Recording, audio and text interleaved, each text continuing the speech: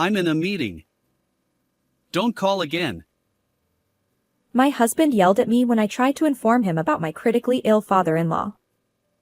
He hung up without even listening to me, treating me with disdain. Later, I wondered where he could be since he wasn't answering any calls. In truth, I had a pretty good idea. Maybe I'll keep quiet about the $7 million inheritance issue, I thought. So, as per his wish, I decided not to contact him again. But I also devised an elaborate plan to make him regret his reckless behavior. I'm Scarlett, 40 years old at the time. I'd been married to my husband, Oliver, for 15 years. My father-in-law sighed and apologized, saying, "My son can be troublesome, Scarlett." I replied, "No worries." I smiled awkwardly at my apologetic father-in-law. We were living with my father-in-law and I had a close enough relationship to have tea with him. However, during that time, my husband had been unusually cold toward me lately. The reason? He had an affair, and my father-in-law knew it, always looking sorry whenever something happened. Still, my attachment to my father-in-law made divorce a difficult decision. I could only hope that Oliver would change his ways. But his behavior worsened day by day, and eventually, he stopped hiding his infidelity. Oliver, enough is enough. Don't you feel sorry for Scarlett? No matter how much my father-in-law scolded him, my husband just brushed it off. In fact, he even puffed up his chest with confidence. Women are drawn to me because I'm overflowing with masculine charm. My father-in-law and I were utterly exasperated by his attitude. What masculine charm? I retorted. Women are probably flocking to you because of your money. And it was true. Oliver flaunted his wealth, attracting women and living a lavish lifestyle. Apparently, he was juggling multiple affairs. Scarlett, I'm truly sorry. My excess wealth turned Oliver into a terrible son. When we married, Oliver wasn't like this. He worked diligently, came straight home after work, a model husband. But around our 12th anniversary, everything changed. My father-in-law's serious illness prompted him to reveal all his previously hidden assets, and Oliver's eyes gleamed with greed. Since he'd inherited anyway, he started dipping into that fortune. My frail father-in-law couldn't reprimand Oliver, and time slipped away. Seeing my father-in-law blame himself in our private moments was heartbreaking. "Oliver, you shouldn't upset your dad." I finally couldn't take it anymore and scolded my husband. But he just glared at me and said, What? Are you jealous? Confused by his unexpected words, I stammered, "What are you talking about?" His response was arrogant. You're small-minded for being jealous just because other women find me attractive. I didn't know how to react. Ignoring my distress, Oliver continued with his haughty attitude. Well, if you don't want me to abandon you, you better work on your appeal. Being a 40-year-old hag might make it tough, though. Furious, I retorted. What? That's rude. You're 43 too. But Oliver just laughed and declared, Well, I'm off on a date with another girl. He walked out, leaving me standing there alone. One fateful day during those difficult times, my father-in-law collapsed. Dad. Please hold on. I pleaded as the ambulance rushed him to the hospital. By then, he was already in critical condition. I need to contact Oliver. I thought urgently. The doctor warned that my father-in-law's condition was precarious, and the possibility of him passing away loomed. It felt heartbreaking not to be there for his final moments, even with a son like Oliver. I called my husband's number repeatedly, but he didn't answer. Finally, on the fifth attempt, he picked up. "Hello, Oliver? It's an emergency." His response was harsh. Stop bothering me. Don't call again. I was startled by my husband's sudden shouting. "Wait. It's really urgent. Your dad collapsed." I'm in a meeting. Don't contact me again.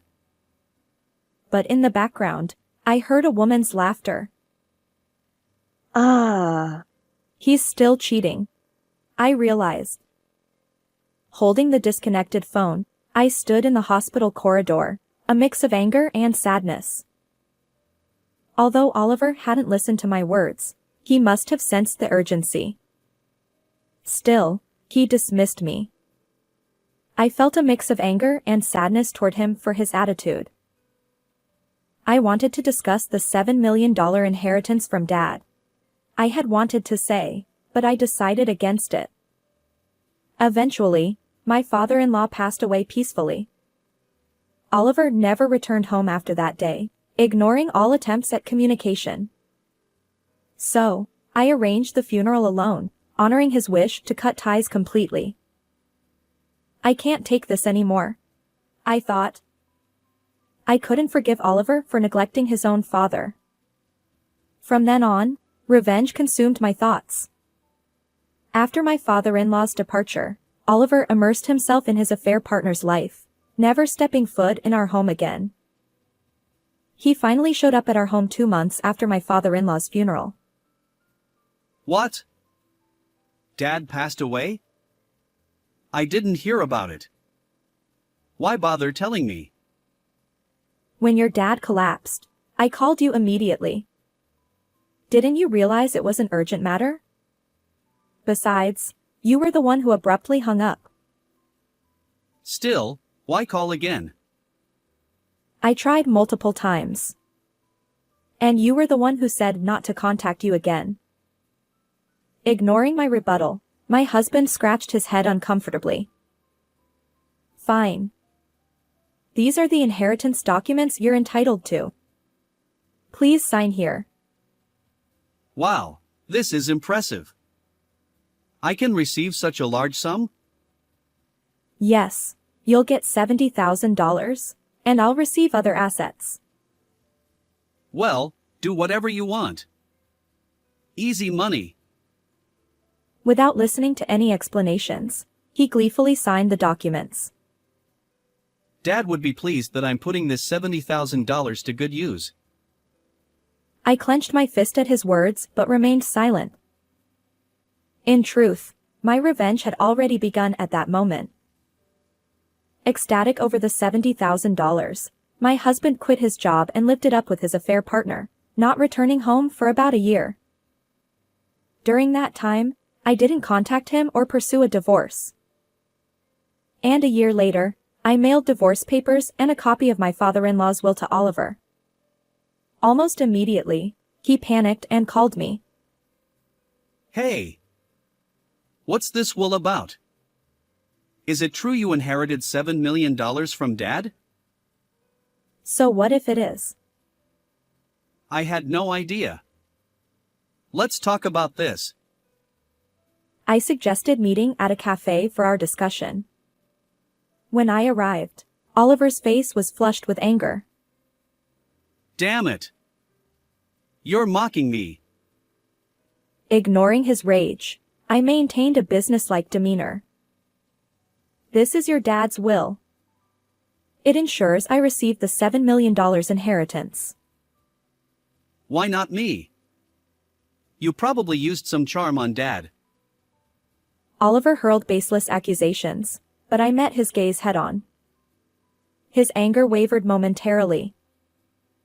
I tried to discuss this with you multiple times, but you were always too busy with meetings. I apologize. My sarcasm seemed to hit home. Oliver trembled, still red-faced. This can't be valid. As his son, I have rightful inheritance rights. It's the law. Well, it doesn't work that way. Did you know you have 1 year from learning about my full inheritance to claim your share? It's also legally binding. I didn't know. Statutes of limitations even matter. Remember when I explained this while giving you the $70,000? You didn't listen. Oliver's eyes widened in realization. Yes, when I handed him the $70,000, I'd also explained that I'd inherit additional assets. But he'd been blinded by the immediate windfall, hastily signed without listening. For a year, I'd endured, not divorcing or revealing my plan. Now, Oliver had overlooked $7 million for the sake of $70,000. With a smile, I told my husband, I'll start a new life using my father-in-law's inheritance. And you? Never contact me again. His face turned pale. Desperate, he stammered. Wait. I actually have debts. I retorted. I figured. You're the type to create debts with reckless spending. A thoughtless, careless man like this couldn't possibly get away with just $70,000. Suddenly, Oliver sat on the cafe floor, clinging to me. Other patrons stared at the bizarre scene. Forgive me. I was wrong. He pleaded. I shot back. Can you stop embarrassing me? It's like I'm the villain here. He begged. Please, let's reconcile. Let's start over. I taunted. Weren't you repulsed by an old hag like me? I didn't hold back, thrusting verbal daggers at him. This moment was the culmination of my year-long plan. My husband looked up at me with tears in his eyes, his voice trembling. I have to keep the girls happy. They all want jewelry or designer bags. Why should I pay for gifts for your affair partner? I have nothing to do with it. Don't say that. As Oliver sat on the cafe floor, gazing at the sky, he suddenly brightened up. You should surround yourself with men too. Me? Sure, what was it called? A reverse harem. With $7 million, you'll have your pick of handsome young men. At that moment, I raised my hand and slapped him hard. The satisfying sound echoed through the cafe as his cheek turned red and swollen. Other customers and staff froze at the noise. Oliver stared at me in shock, holding his cheek. Enough with mocking people. I grabbed his collar and shook him vigorously. Meanwhile, my husband seemed genuinely puzzled by my anger. I thought it was a good idea. His words made me realize that our values were fundamentally different. Unbelievable. Just leave already. And you're being filmed, you know? My husband's face turned pale. Hey! Don't film me without permission. Who gave you the right? Oliver, spitting with rage, confronted the cafe customer recording him on their smartphone. Apparently, a YouTuber happened to be there, completely unfazed by my husband's shouting. They continued filming, laughing and commenting, "Wow, this guy's intense." When I checked YouTube, it seemed they were live streaming, with a close-up of my furious husband's face. Viewers flooded the chat with messages like "what a jerk" and "hang in there, wife." Encouraged by their support, I steeled myself. I wasn't wrong. I decided to face my husband again. But he remained seated on the cafe floor, determined not to move until I handed over the $7 million inheritance. Of course, I couldn't part with the precious legacy from my father-in-law. As I pondered my next move, my husband suddenly screamed. Why did you find my location? Suddenly, Oliver was surrounded by men in black suits. Apparently, Oliver had accumulated so much debt that even the denizens of the underworld were after him for money. It's probably because of the live stream on YouTube, I said calmly, sipping my coffee. Help me. With your $7 million, I can pay off my debts. Let's live happily together. His life hung by a thread, like a candle about to be extinguished. Wait. First, you need to sign the divorce papers, I replied. If I sign, will you help me? Hard to say until you sign the divorce papers, I teased. He hastily signed the papers and handed them to me. This should save me, right? Smiling, I accepted the papers. Who said anything about saving you? Just go to hell. As Oliver screamed and struggled, the men in black bound him and carried him away. Finally, my long battle is over. I feel exhausted. As I sat there sipping my coffee, applause erupted in the cafe. Well done. Thank you, the customers and staff cheered. When I stood up, smiling and nodding, the applause grew even louder. And so, my marriage with Oliver came to an end. After inheriting a substantial fortune, I made sure to claim $14,000 each from my ex-husband and his affair partner as compensation. It seems the affair partner sought help from her parents, while Oliver continued accumulating debt. Fortunately, I received the full amount. As for Oliver, he was abandoned by his affair partner and now lives alone in a run-down apartment. He's constantly fearful of debt collectors. But it's all self-inflicted. On the other hand, thanks to my father-in-law's inheritance, I've gained financial freedom. I'm looking forward to a new life and taking things slowly. How did you find this story? Don't forget to subscribe to the channel. Until next time in the next video.